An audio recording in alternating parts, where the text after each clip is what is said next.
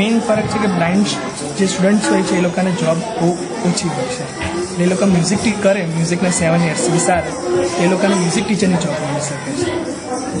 એ લોકોને પસંદ છે, ઇન્ટરેસ્ટ છે એ લોકોને આમાં, અને એ લોકો પ્રેક્ટિસ પણ કરે છે, એને ગમે છે.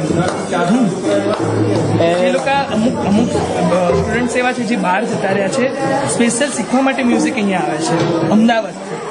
અમદાવાદથી સ્પેશિયલ મ્યુઝિક શીખવા ગાંધીનગર અહીંયા આ સ્કૂલમાં આવે છે.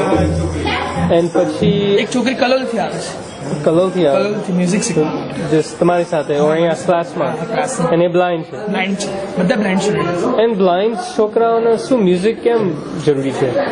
કારણ કે એ લોકોને એમાં જ રોટલી મળવાની છે. આગળ એજ્યુકેશન કર્યું હશે તો એ લોકોને નોકરી મળશે ને, પોતાના પગ ઉપર ઉભા રહેવાની નોકરી તો કરવી પડશે. તે લોકોને ચાન્સ એક જ છે, મ્યુઝિક ટીચર. બીજા છે પણ મોસ્ટ ઓફ મ્યુઝિકમાં બધા બ્લાઇન્ડ વધારે, અને એ લોકોને મેમરી શાર્પ એમાં મ્યુઝિકમાં વધારે છે.